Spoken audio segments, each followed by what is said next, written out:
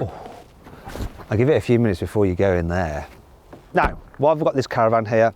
Well, it's not to use its toilet as a portaloo on a shoot. It's because I want to do some science. I want to see what fixing a caravan to an electric car does to its energy consumption and therefore its range. In fact, I'm going to fix various things to this Škoda Enyaq. A bike rack, a ski rack. I'm going to fit it with a roof box and we'll see what effect that has on its energy consumption. Now I'm going to do some other things as well. We're going to drive the car with all the electrics on. What does that do to its range, its efficiency? What does driving the car fully loaded with people do to its efficiency? Now this may all seem very, very sensible. So to make things a bit more carwow, I'm going to launch this Enyaq with the caravan attached to see how that affects its 0 to 60 time. Because I'm Matt Watson and you're watching carwow. Anyway, better get to work.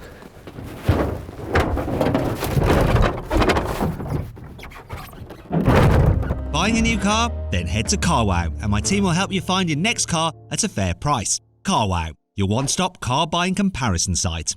Let's start off this efficiency test video with the most important thing, launching the Škoda Enyaq. So this particular car has a single motor driving the rear wheels with 204 horsepower and 310 newton meters of torque. Supposed to do 0 to 60 in 8.2 seconds, but what is the reality? We're going to find out now with my specialist timing gear up here. I'm going to launch it. 3, 2, 1, launch. And steady off the line. What's that doing for the efficiency? 0.6 miles per kilowatt hour. Not 60, 7.91. So quicker than Škoda says. I'm going to proceed for the standing quarter mile, see what it is. 16.25. There we go. I've set a baseline performance test in the Enyaq with everything off and nothing attached to it. Now later in the video I'm going to launch it with the caravan and see what that does for the launch time. But before that, let's actually crack on with the efficiency testing, shall we? I've now moved from the launch area to this test section, which is like a motorway. It's a bowl. I'm going to go around in circles and each lap is 2 miles. What I'm going to do is run the car for 5 laps and I'm going to work out the average energy consumption cruising along at 60 miles an hour in this car with all systems off. Okay, so here we go, starting it now, reset. Let's go. While I clock up the miles, I'm going to talk you through a little bit about this car. The Škoda Enyaq range starts at £35,000. Well, you can get it with 2 battery choices. So one is a 60 kilowatt hour battery, but actually the usable capacity is 58 kilowatts. Now that car can do 255 miles on a single charge according to Škoda. This one is the 80 model and it has a 77 kilowatt hour battery pack, and according to Škoda it should be able to do 330 miles on a single charge. But this particular car I'm driving is fitted with some options such as 20-inch alloy wheels, which does reduce the efficiency, and as a result this very car I've got here, according to Škoda, is supposed to do 380 miles of range on a charge. But I'm going to work out exactly how far it'll go on a single charge if you're cruising at 60 miles an hour constantly on the motorway using the trick computer here, because I can get the average energy consumption per mile here. So I just got to drive around and we'll find out exactly what the real world range is at 60 miles an hour, all systems off. That's 1 mile done. Fortunately for you, we can edit this video to keep it nice and short. For me, this is going to be a very boring day of clocking up loads and loads of miles just driving round and round in circles on this test track. We're coming up for the 10-mile mark. What's the average going to be? Just about to click over to 10 miles. There we go, and the average consumption is 3 miles per kilowatt hour, which when you multiply that up by the 77 usable kilowatt hours, this car is averaging at 60 miles an hour, systems off, 231 miles. Bit off the 330 that Škoda claims. Now let's increase the speed to 70 miles an hour, do the same thing again to see what effect that has on the energy consumption. I'm just going to reset the trip again. Now, 70 miles an hour, cruising. Thank God for cruise control. At least I don't have to think about that. This car has the cruise control, which is radar guided, so it keeps you a safe distance from the car in front. It's also got lane keeping assist, but it's not the full auto cruise, which will do auto steering as well. You know, so it like bounces you in between the white lines. It'd be better if it had the auto steer as well, to make my life a bit easier. Look, it will start to veer out of lane, then suddenly dart you back into lane in a rather aggressive manner. Oh, it just started off and already it's less efficient at 70. Let's see what's going to happen though over the 10 miles. while I got to clock up some more miles, it's a good chance for me to explain the charging on this car. So as standard, DC charging on this car is up to 125 kilowatts, and then you can go from 0 to 80% full in 38 minutes. Also, as standard, the AC charging, it's only 7 kilowatts. So really, if you want to charge this thing at home using a wall box charger, you're going to have to do it overnight because it's going to take you 13 hours. It's a bit of a shame you can't get it with 11 kilowatt AC charging because then it'd be quicker. All right, we're coming up to the 10-mile mark. There we go. 10 miles, and we're averaging 2.6 miles per kilowatt hour, so 0.4 miles per kilowatt hour less. So if I do the maths, 2.6 miles per kilowatt hour works out to 200 miles range. By running at 70 miles an hour compared to 60 miles an hour, I've basically lost 31 miles of range. Interesting. So the next thing I want to do is see what using all the electrics does to the range. So I'm going to stick at 70 miles an hour and I'm going to put on the lights. Put them on full beam. Let's have the fog lights on as well. There we go. All the fog lights are on. Now I'm also going to put on the climate to maximum heatage. Turn on the heated steering wheel. Right, what's that going to do to our efficiency? Why is it saying eco there? High, there we go. I'm not going to run the radio because then you won't be able to hear me talk and we'd have to pay copyright for whatever we use. Now what I'm also going to do is put the windscreen wipers on. I'm going to reset the trip now. Resetting it now. What's this going to do? Cruising at 70. Okay, we're coming up for 10 miles. There we go. 1.9 miles per kilowatt hour with everything running. And when you times that by 77 kilowatt hour usable battery, 146 mile range at 70 miles an hour with everything on. So that's actually reduced the range by like 54 miles by having all the systems on. That is insane. So what I've done now is turned all the systems back off again, but loaded the car with ballast in the form of 4 blokes. What I'm going to do is start the trip computer again and see what that does to the car's efficiency. Now the combined weight of these guys, 340 kilos. Oh, what's he going to do? Now, this is a good time to talk about the car's practicality, and it's a spacious car. So decent headroom in the back by the looks of it. Yeah, they look fine. Knee room, it's all right, and these guys are quite tall. Foot space looks all right because you've got a flat floor because it's an electric car. There's no like prop shaft going from the front to the back or exhaust system to worry about. 3 big blokes in the back at once though. It's not the widest car, so shoulder room looks a little bit tight. Kids would be fine though. And for 2 adults in the back, plenty of space in this Enyaq. Okay, we're coming up for 10 miles now, and as you can see, it's very steamed up in here. I can barely see where I'm going. I can see enough that I'm still just about safe. Here it is, about to clock over. Come on, 10 miles, 2.5 miles per kilowatt hour. So that works out to 192 miles of real world range at this speed with 4 burly passengers. So it's actually reduced the range by 8 miles compared to just being on my own, traveling at 70 miles an hour. So for 8 miles, would I give these guys a lift? Yeah, you know what, I would. I'm good like that. Though I would want to put the aircon on so I can actually see where I'm going. So let's just have that back on. Come on. That's better, it's clearing.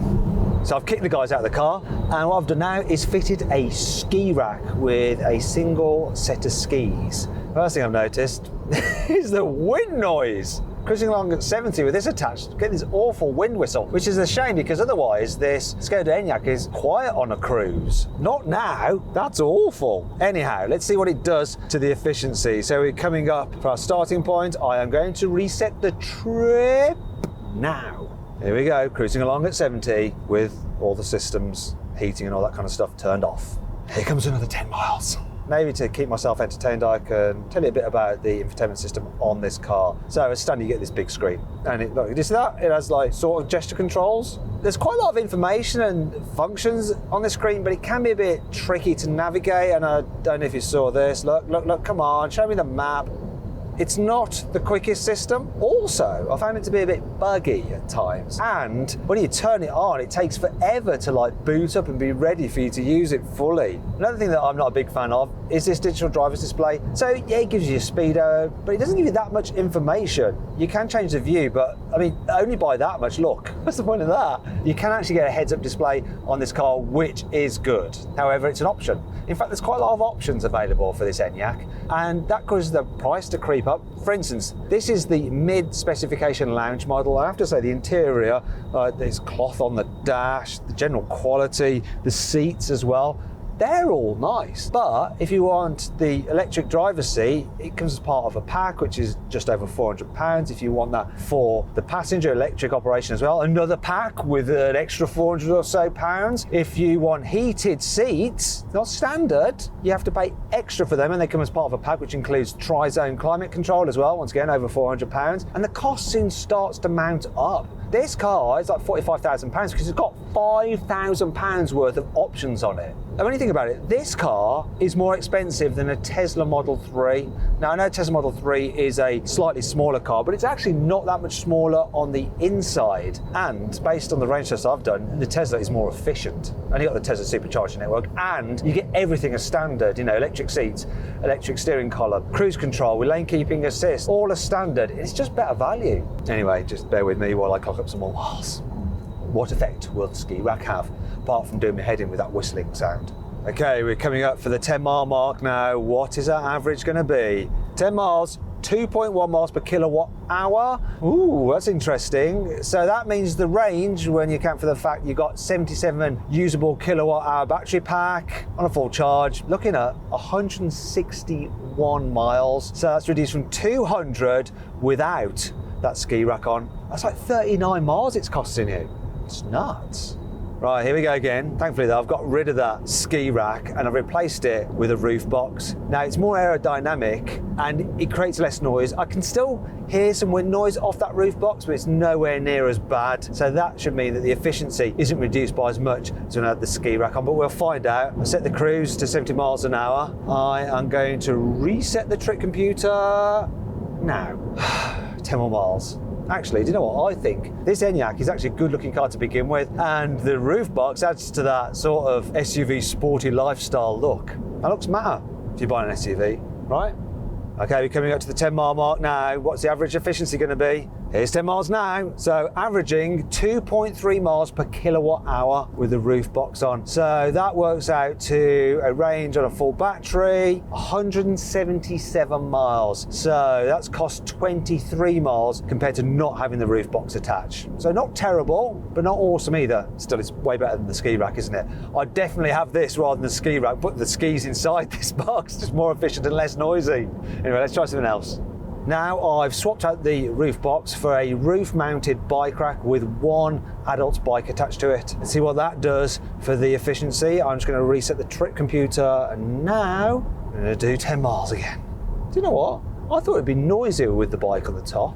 I think it's a little bit better than with the roof box, to tell you the truth. But will it be better in terms of efficiency? Does less noise mean less drag and therefore improved efficiency?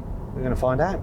Now I could, in theory, be carrying the bike inside the car if I folded down the back seats. But if you've got rear passengers, you don't want to fold down those back seats. Would I be able to fit it in the boot? Well, if you can detach the front and rear wheels, then you probably would, because the boot capacity on this car is 585 litres, which is pretty decent. So if you compare that to the sister car to this, which is based on the same platform, the VW ID4, that has a boot capacity of 545 litres, 40 litres less. If you compare it to something like a Hyundai Ioniq 5, that has a boot capacity of 527 litres, almost 60 litres less. Thing to note though, the boot capacity on what I would consider is the internal combustion engine version of this car, the Skoda Kodiaq, and if you have the 7-seater version, which most people do have, that's bigger. But still, 585 litres, that's going to be enough for most people. We are coming up to the 10-mile mark now. What's the range going to be? I think I've got a sneeze coming on. Can I hold it in? So here we go. 10 miles of range, averaging 2.2 miles per kilowatt hour. So that would work out to a range of 169 miles in total if you've got a roof-mounted bike rack on with one bike. So that is 31 miles less than without the bike rack, and it's slightly less than with the roof box. So a roof box is better than a bike rack, or less bad, should it be? All right, then we come to the final thing we want to test, and that is towing a caravan. Now, what you need to know about is the tow capacity of this vehicle. So this one that I've got here, rear-wheel drive, 80 model, maximum towing capacity is 1,000 kilos. That's why I'm only towing a 2-berth caravan. This Bailey D42 weighs in at just under 900 kilos, so it does the job. Now, if you want to find out more about Bailey of Bristol and their caravans, there's a link in the description below. Thank you to them for lending us this caravan, by the way. Never towed a caravan before. I may damage it. Well, not doing this when I launch it in a bit. It definitely feels more laboured, this car does. Obviously, you've got the weight of the caravan that you're having to pull, and you've also got the added drag of it as well. Now, I've got to drive at 60 miles an hour, not 70, like I've been doing for most of the test, and that's because it's a legal requirement that you can't go over 60 miles an hour when towing a caravan in the UK.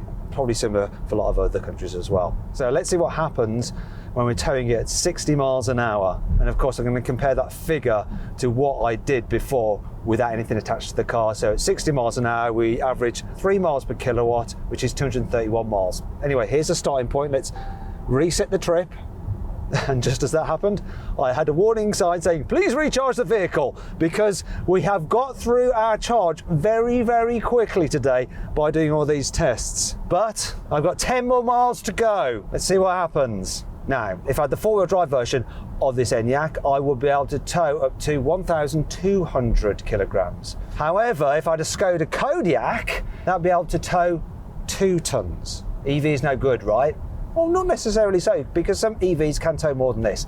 For instance, Tesla Model Y, that'll tow up to 1,600 kilos, and a BMW iX, that will tow up to 2,500 kilos. So not bad, but the iX is quite a lot more expensive than this. You probably noticed that I've got these extra appendages fitted to the door mirrors of the Enyaq, and you need to fit those if you're towing a caravan so you can see what's happening when you're turning around corners. Oh my God, we're only halfway through the test at 5 miles and we've only got 26 miles of range remaining. It was like over 40 before I started. It's absolutely chomping through the battery.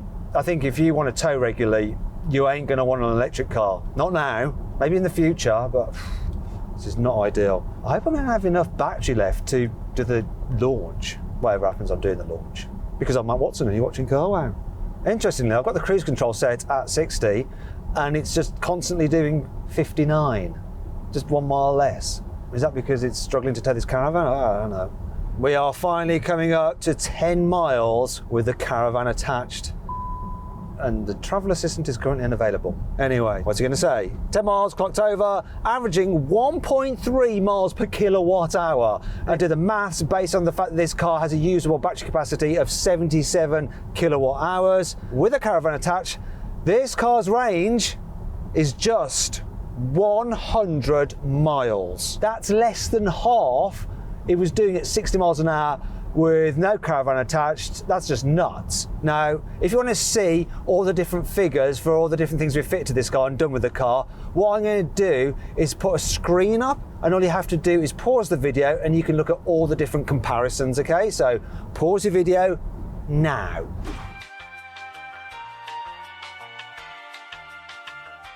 Now, I know that doing similar things with an internal combustion engine car would reduce its efficiency. However, the fact of the matter is that electric cars, the major concern for a lot of people is the range, and the range that you can go with electric cars on a single charge is less than most internal combustion engine cars can do with a full tank of fuel. So the range really does matter. I've just noticed as well when I was driving along that one of these wing mirrors fell off. I didn't spot it earlier. Shows how observant I am.